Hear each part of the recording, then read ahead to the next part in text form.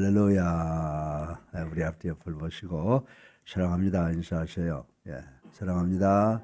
반갑습니다. 예, 정말 여러분들 얼굴 뵐 때마다 참 반갑고 감사함을 금할 길이 없습니다. 예, 지금 뭐 코로나가 확진자가 682명이라고 지금 또 보고가 돼 있습니다. 그러나 제가 늘 말씀드리지만은 뭐 축복이든 또 징벌이든 징계든 주시는 분이 하나님이시기 때문에 주시는 분이 걸어가셔야 될 줄로 믿습니다.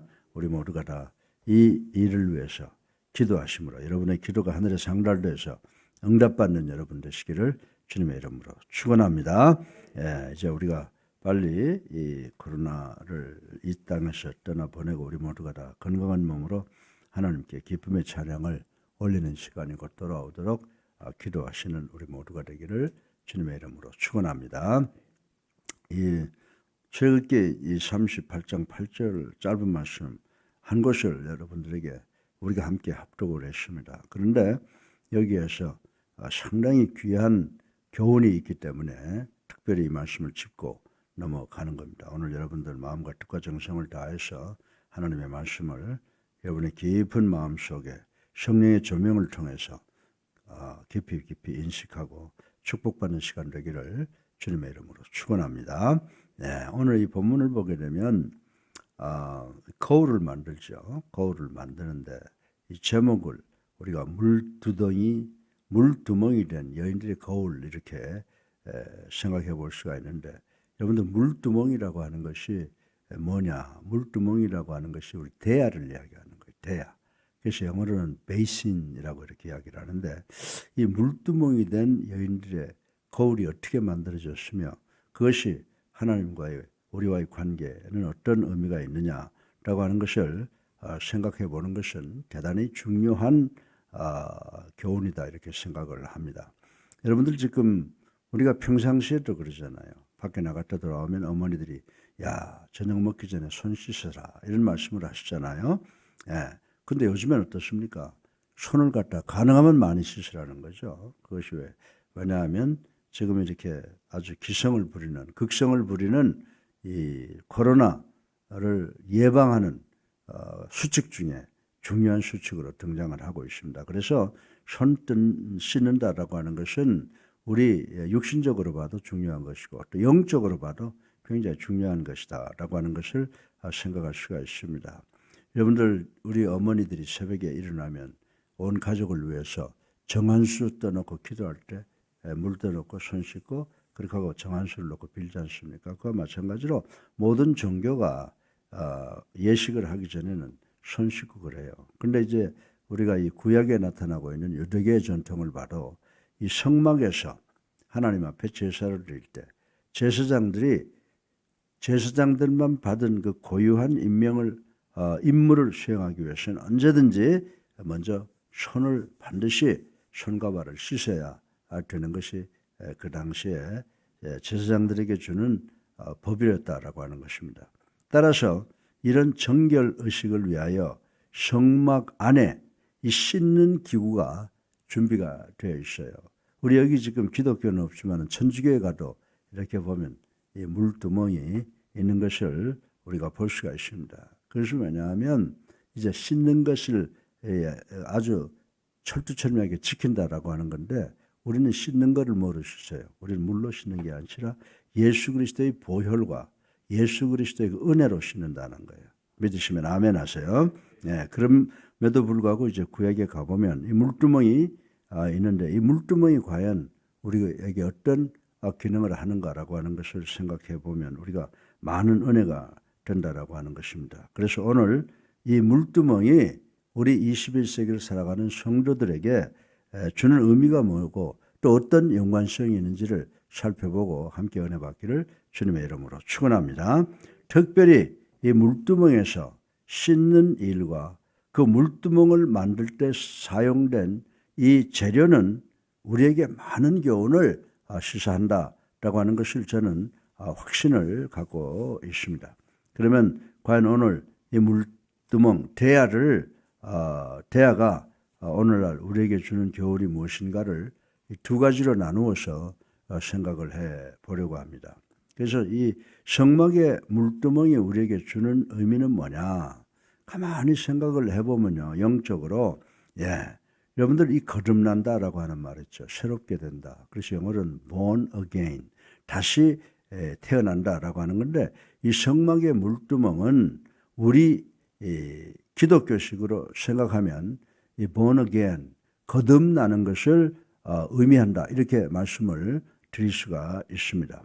그래서 출애굽기 30장 19절로 20절에 보게 되면 제사장들이 자기의 직무를 수행하기 전에 반드시 물두멍에 물로 손발을 씻어야 했던 그 기록이 남아있는 것을 우리는 볼 수가 있습니다.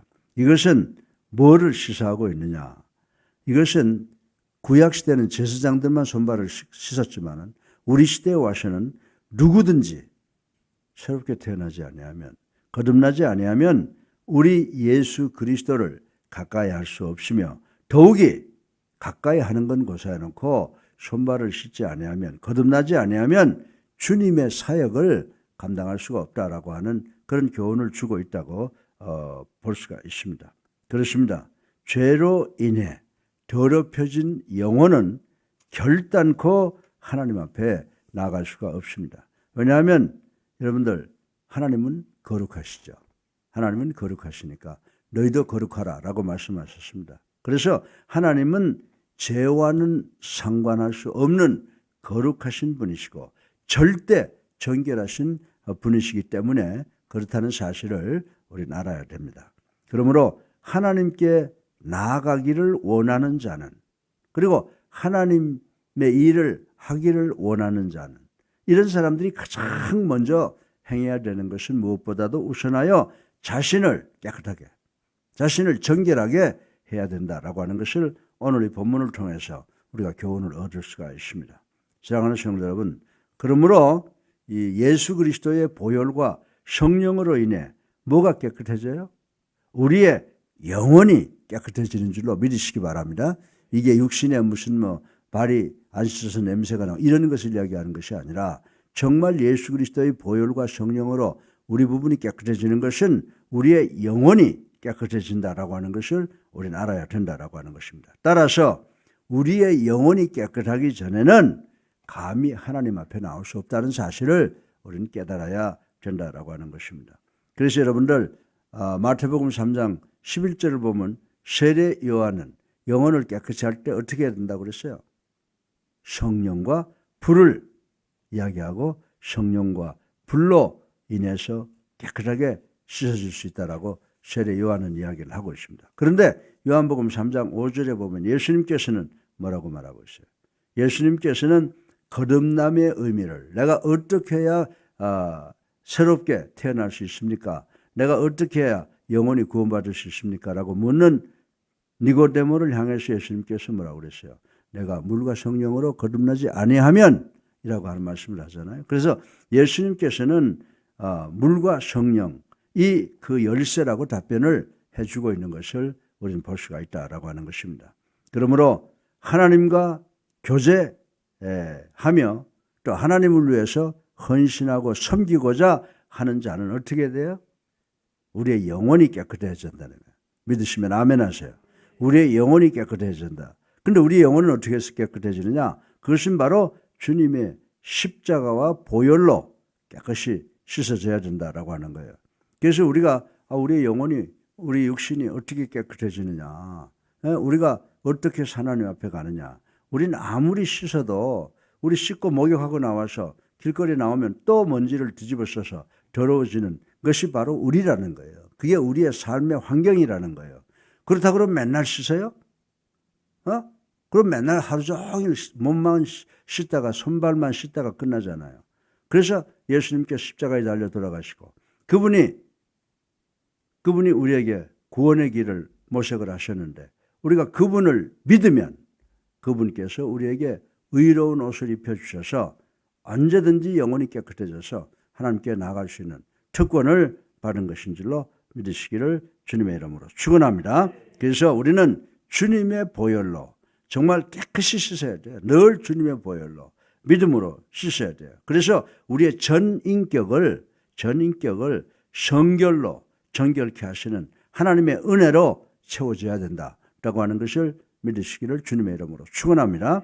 그래서 이 물두멍이라고 하는 것은 뭐를 상징하느냐? 물두멍이라고 하는 것은 born again, 거듭남을 상징을 하는 거예요. 그래서 우리 예수사랑교회는 예수님을 나의 구주로 살아계신 하나님의 아들로 믿고 영접하고 세례받는 것을 통해서 우리가 어떻게 돼요? 영적으로 정결케 돼서 하나님 앞에 나올 수 있고 하나님의 사역을 감당할 수 있는 우리 모두가 된 것을 알고 하나님께 감사하는 우리가 되기를 주님의 이름으로 축원합니다. 그리고 마지막으로 이 물두멍이 또 상징하는 것은 뭐냐 하면 거듭나기 위해서는 어떻게 돼요? 자기 자신을 부인해야 돼요. 그죠? 내가 살아있어서는 거듭날 수가 없는 거예요. 나를 부인하고 오직 예수님을 나의 구주로 살아계신 하나님의 아들로 받아들여야 우리가 정말 거듭남을 체험할 수가 있는데, 그래서 이 물두멍이라고 하는 것은 거듭남을 위한 자기 자신을 부인하는 것이다 라고 하는 교훈을 주고 있다고 말씀을 드릴 수가 있습니다. 그래서 오늘 본문에 우리가 읽은 이 8절을 보게 되면 물두멍은 뭐라고 그랬어요? 회막문에서 수종드는 여인들의 거울로 만들어졌다. 이 대야라고 하는 것이, 손 씻는 대야가 그 회막문에서 수종드는 여인들의 거울로 만들어졌다라고 하는 거예요. 그런데 이걸 좀 더 깊이 봐보면요, 요 성막 문에서 이 수종드는 여인들은 어떤 사람들이 했냐? 레위 여자들이 했다 이 말입니다. 남자들은 제사 지내는 일, 그다음에 수종드는 일은 레위 여자들이 했는데, 이 말씀에 미루어 봐서 아마 이 물두멍, 이 대야는 레위 지파의 여인들이 자신들의 거울을 모아서 성막 안에 이 기구를 만들도록 헌물하는 것이다라고 하는 것을 생각을 해볼 수가 있습니다. 그런데 여기서 이 여인들이 거울을 바친 거에 대해서 한 가지 놓치면 안 되는 그런 중요한 교훈이 있다라고 하는 것입니다. 여기에서 이 레위 지파들의 여인들이 자기가 거울 여자들한테는 소중한 거 아니에요. 그 거울을 물두멍을 만드는데 바쳤다라고 하는 것은 대단히 중요한 의미를 지니고 있습니다. 그래서 여러분들, 이 거울이라고 하는 게 뭐예요? 거울이라고 하는 것은 여자들이 자신의 아름다움을 가꾸는 필수품 아니에요? 그 여자들이 어디 와서 뭐 자기 장소에 도착을 하면 먼저 화장실에 가서 거울을 보고 얼굴을 고치고 하는 게 뭐예요? 여자들은 누구든지, 남자도 요즘에는 말입니다, 화장도 하고 다 하잖아요. 그런데 여자는 옛날부터 아름다워지고 싶은 그 욕망이 있기 때문에 이 거울이라고 하는 것은 동서고금하고 시간을 막론하고 가장 여자들에게는 중요한 필수품이었다라고 하는 것입니다. 예. 근데 이것을 좋게 말하면 이렇게 말씀드릴 수가 있고, 이걸 긍정적으로 말씀드리면 거울은 여자들에게 있어서 아름다워지기 위해서 절대 필수품이다, 이렇게 말씀을 드릴 수가 있는데, 반대적으로 부정적으로 말한다고 하면 여인의 욕망과 교만의 상징물이기도 하라, 이렇게 볼 수가 있다라고 하는 것입니다. 그러므로 이러한 거울을 바쳤다라고 하는 것은요, 자신에게 있어서 가장 소중한 것을 바쳤다라고 하는 의미가 되지만, 반대로는 어때요? 반대로는 자기 죄를 버리고 자기 자신을 죽이고 자기 자신을 부인하고 자기 자신을 포기하여 하나님께 온전한 헌신한 그 뜨거운 신앙의 표현이라고도 말씀을 드릴 수가 있다는 거예요. 거울이라고 하는 것은 아름다움을 위해서 제일 중요한 것이다. 또 반대로는 그게 욕심이 되는 거예요. 내가 아름다워지기 위해서 이 거울이 없으면 안 된다. 그런데 그것을 바쳤다라고 하는 것은 정말 하나님께 영광을 돌리기를 원하겠지만, 반대로는 자기 자신의 죄성을 다 포기하는 그런 뜨거운 신앙의 표현이라고 우리가 볼 수 있다라고 하는 것입니다. 사실 이렇게 자신을 부인하기란 포기하게 한다. 내 자신을 포기한다라고 하는 것이 얼마나 어려운지 몰라요. 회의를 하면서도 내 의견하고 마주칠 때 내가 내 의견을 접는다고 할 때 얼마나 고통이 있는지 몰라요. 예, 많이 경험을 합니다.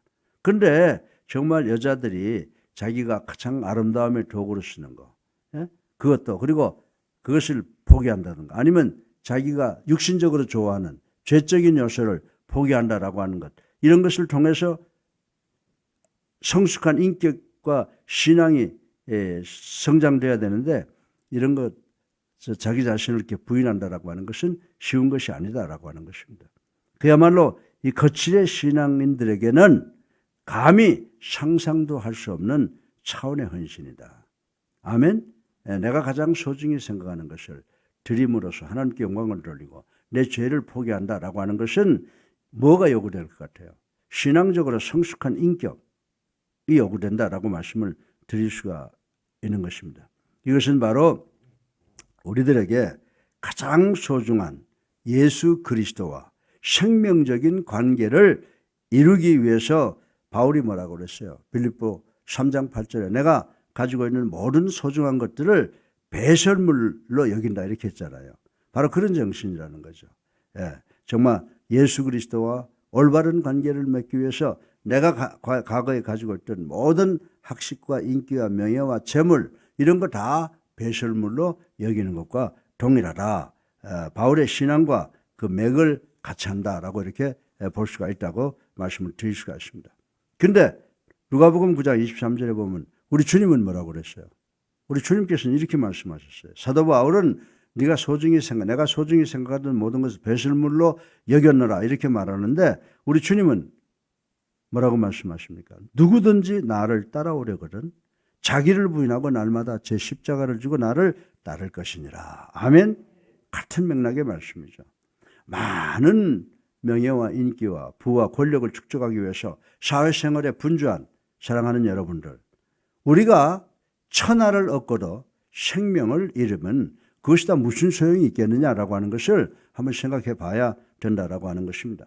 그래서 하나님 앞에서 철두철미하게 자신을 부인하고 자신의 가장 소중한 것을 하나님께 드렸던 이 회막에서 수종드는 레위 여인들로부터 교훈받고 이런 신앙인들이 되기 위해서 노력하는 우리가 되어야 될 줄로 믿으시기를 주님의 이름으로 축원합니다.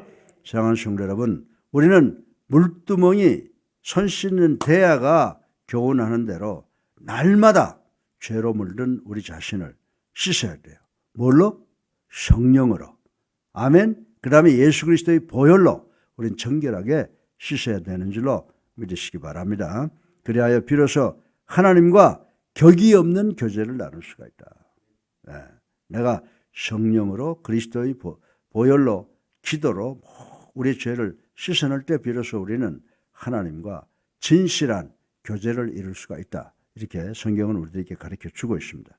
그리고 또 한 가지 우리는 하나님과 나를 위해 자신에게 있는 가장 소중한 것을 기꺼이 내놓을 수 있어야 되는 줄로 믿으시기 바랍니다.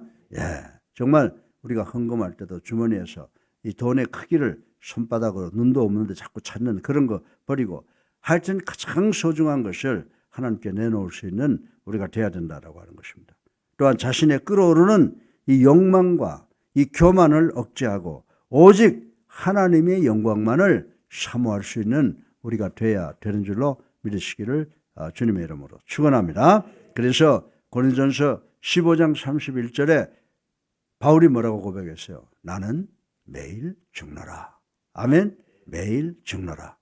다시 말해서 철두철미하게 자신을 부인함으로써 참으로 그리스도가 우리의 삶 속에서 영광스럽게 거할 때 우리가 복되고 깨끗한 성도들이 되시는 줄로 믿으시기를 주님의 이름으로 축원합니다.